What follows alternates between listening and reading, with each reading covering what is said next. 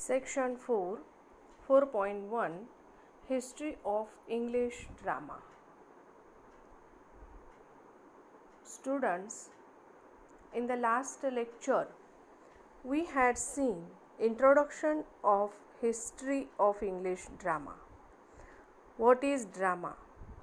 The elements of drama and types of drama. Tragedy, comedy, tragic comedy, romantic comedy, sentimental comedy, classical comedy, comedy of humor and comedy of manners. Today we are going to discuss about a short history of drama along with these points. Introduction to English theatre, Elizabethan and Restoration theatre, modern theatre and Indian theatre. Let's begin with this video, a short history of drama.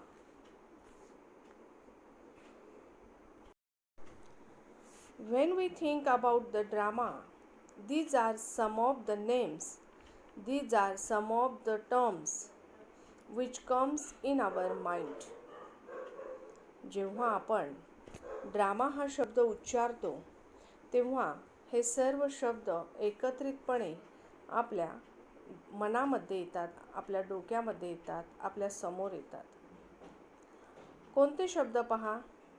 Dance, theatre, performance, play, silence, perform, Shakespeare, Victorian, actresses, actor असे भरपूर शब्द ड्रामाबद्दलचे आपल्या मनामध्ये येत असतात. या सर्व गोष्टींचा अभ्यास करणं खूप गरजेचं असते आणि सर्व गोष्टींचा अभ्यास आपण ऐतिहासिकदृष्ट्या शॉर्ट त्याची हिस्ट्री आहे ती आपल्याला पाहायची आहे. त्यातील 4च महत्त्वाचे टप्पे आपल्याला अभ्यासायचे आहेत. Let's begin with a short history of drama. First point is introduction to English theatre. Drama has its origin in folk theatre. We therefore cannot consider drama merely as a part of literature. Words are the medium of literature as an art, but drama is a multiple art using words, scenic effects, music, gestures of the actors and the organizing talents of a producer. The dramatist must have players, a stage and an audience. थोडक्यात याचा अर्थ असा होतो, लोककलेमध्येच या नाटकाचे मूळ जे आहे ते आपल्याला सापडतं आणि सगळ्यात महत्त्वाचे म्हणजे वेगवेगळ्या कलांना एकत्रित त्यांचा वापर करून नाटक हे जे आहे ते सादर केले जाते, ज्यामध्ये खरं तर ॲक्टर, म्युझिक प्रोड्युसर आणि वेगवेगळे टॅलेंट्स जेव्हा एकत्रित येतात तेव्हा अधिक प्रभावीपणे आपण हे थिएटर आणि त्याचा परफॉर्मन्स पाहू शकतो. The beginnings of drama in England are obscure. There is evidence to believe that when the Romans were in England, they established vast amphitheatres for the production of plays. But when the Romans departed, their theatre departed with them. आपण English theatre म्हणजे British थिएटरचा या ठिकाणी अभ्यास करत आहोत आणि जेव्हा आपण त्यांच्या इतिहासाचा विचार करतो तेव्हा रोमन्स इंग्लंडमध्ये जेव्हा इंग्लंडमध्ये ते आले होते, रोमन साम्राज्याची काही लोक तेव्हा त्यांनी ॲम्पी थिएटरची रचना, त्याचे बांधकाम त्यांनी सुरू केले होते. त्या थिएटरमध्ये रिलिजियस परफॉर्म सादर केले जायचे. म्हणजे रोमन्स लोकांनी इंग्लंडमध्ये सर्वात पहिल्यांदा नाटक आणले. Then there were minstrels. People enjoyed their performances. Gradually, by the 10th century, the ritual of the place that itself had something dramatic in it got extended into the rudiments of a play. Between the 13th and the 14th century, drama started having themes which were separated from religion.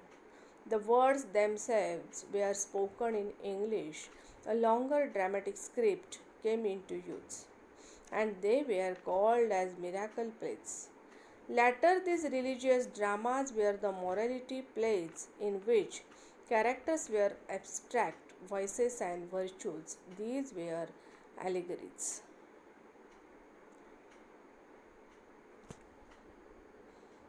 साधारण 10व्या शतकापासून 13व्या शतकापर्यंत ज्या काही गोष्टी घडत होत्या 13th सेंचुरीपर्यंत, त्या सर्व बायबल आणि धार्मिक गोष्टींवरतीच आधारित होत्या. पण 14व्या शतकापासून म्हणजे 14th सेंचुरीपासून यामध्ये बऱ्यापैकी बदल झालेला आपणास दिसून येतो. आणि मध्ययुगीन काळामध्ये मिस्ट्री प्लेज आणि मिरॅकल प्लेज या दोन प्रकारची नाटकं सर्वप्रथम लिहिली गेली. आणि मिस्ट्री प्लेज आणि मिरॅकल प्लेज ही जी नाटकं आहेत ती बायबलमधील स्टोरीवरती आधारित आहेत, किंवा जे काही ख्रिश्चन धर्मगुरू आहेत किंवा ख्रिश्चन संत आहेत त्यांच्यावर आधारित अशी ही नाटकं होती. 15व्या शतकामध्ये एव्हरीमॅन या नावाचे एक नाटक लिहिलं गेलं. तो नाट्यप्रकार आहे मॉरॅलिटी प्ले.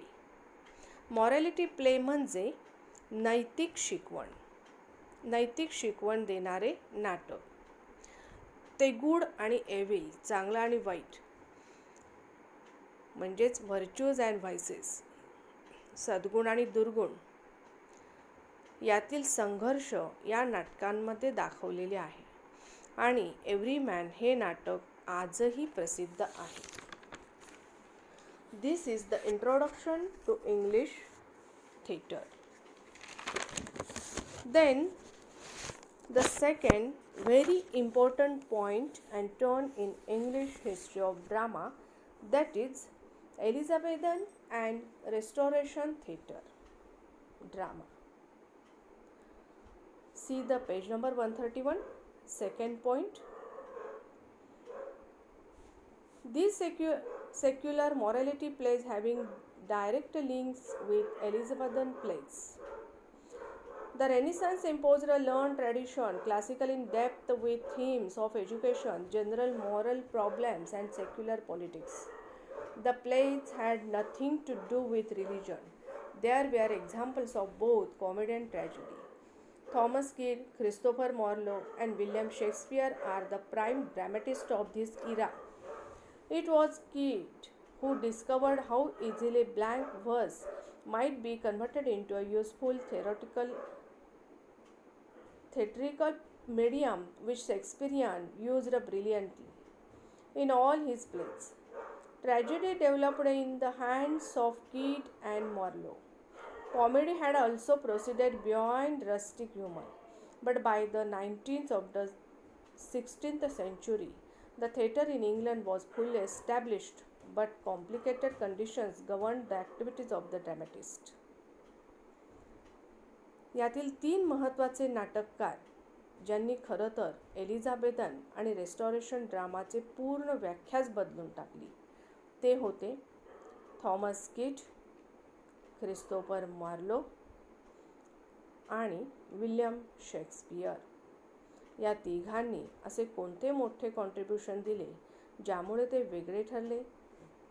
Let's see. चला तर बघूया. एलिझाबेथन first was the Queen of England.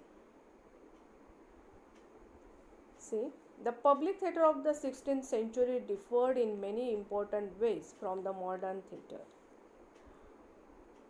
It was open to sky. Elizabeth I was the Queen of England. इंग्लंडची राणी एलिझाबेथ फर्स्ट यांचा कालखंड आहे 1558 ते 1603 आणि हा कालखंड इंग्रजी पोएट्री आणि ड्रामा या दोन्हीसाठी अतिशय महत्त्वाचा आहे. याच काळामध्ये अनेक प्रकारचे काव्य लिहिलं गेलं आणि अनेक नाटके प्रसिद्ध झाली. लिहिली गेली म्हणून तो एक गोल्डन इरा, अनेक नाटके लिहिली गेली म्हणून तो एक गोल्डन इरा होता. गोल्डन असा पिरियड होता आणि या कालखंडामध्ये जी काही नाटकं लिहिली गेली ती नाटकं आणि धर्म यांचा काहीही संबंध नव्हता.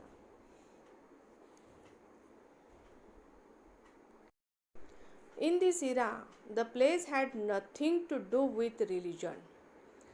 अशा प्रकारे ही बरीचशी सामाजिक नाटकं होती किंवा लोकांच्या मनोरंजनासाठी लिहिलेली ही नाटकं होती. या कालखंडामध्ये थॉमस कीज, क्रिस्तोफर मार्लो आणि विल्यम शेक्सपियर हे प्रसिद्ध नाटककार होऊन गेले. Next paragraph. The public theatre of the 16th century differed in many important ways from the modern theatre. It was open to sky. Without artificial lighting, the stage was a raised platform with a recess at the back supported by pillars. There was no curtain and the main platform could be surrounded on three sides by the audience. Around the theatre there were galleries. In the 17th century, the enclosed theatre gained importance. There was increasing attention to scenic device as the theatre became private. बघा, 16व्या शतकामध्ये theatre जी काही रचना होती ती कशी होती पहा. There was no artificial light. कोणतीही कृत्रिम प्रकारची लाईट त्या थिएटरमध्ये नव्हती. हे जे थिएटर होते ते open to sky. It was open to sky without artificial lighting. कोणतीही कृत्रिम प्रकारची लाईट नव्हती.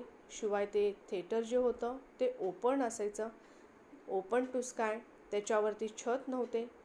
त्या मैदानामध्ये नाटकं व्हायची आणि हे जे काही स्टेज होते ते थोडेसे उंचावर असायचे आणि स्टेजच्या तिन्ही बाजूंनी लोक बसायचे आणि नाटक पाहायचे.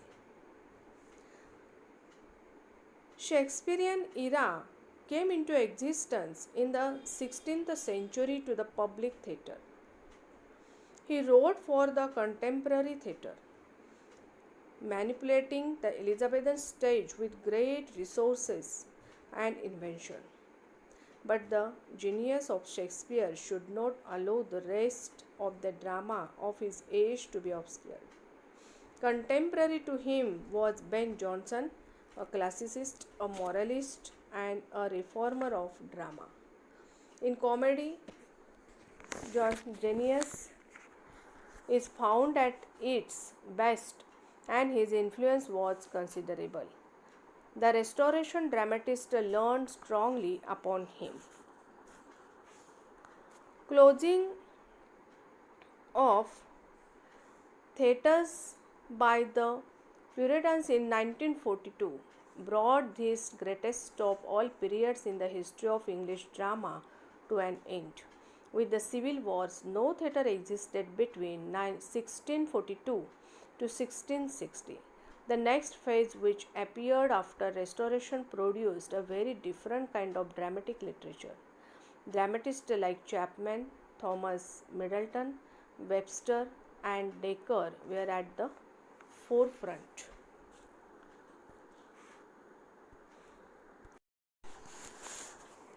When Charles II came back with the Restoration of 1660, the theatres were reopened. The Restoration comedy achieved its peculiar excellence. Drama developed into class drama with upper class ethos. It lasted beyond this period into the first decade of the 18th century. Comedy in the early 18th century declined into sentimentalism. It became comedy of manners. George Athurge was its most important exponent. From such depths, the drama was rescued by Oliver Goldsmith and Richard Sheridan. With Sheridan, something of the brilliance of Restoration dialogue returned into comedy, but with more genial atmosphere. The characters were firmly presented with clarity, reminiscent of Johnson, but with no depth in Sheridan's world. No new interpretation of human nature. In this, he was nearer to Oscar Wilde than to Johnson.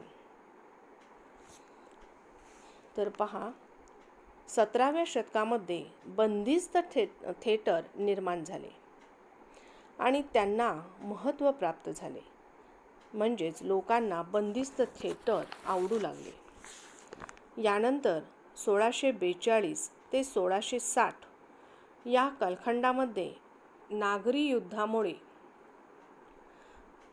संपूर्ण theatre हे बंद केले गेले होते. 1660 नंतर theatres पुन्हा उघडले गेले. When Charles II came back with the restoration of 1660, the theatres were reopened. जेव्हा चार्लसचा काळ आला त्याच वेळेस पुन्हा एकदा हे थिएटर्स ओपन करण्यात आले, पुन्हा उघडले गेले आणि नंतर 18व्या शतकामध्ये कॉमेडी ऑफ मॅनर्स हा नाट्यप्रकार खूपच लोकप्रिय होता.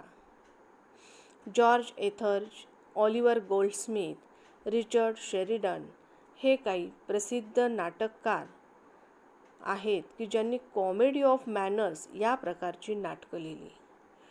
तर या काळामध्ये हे जे प्रसिद्ध नाटककार आहेत,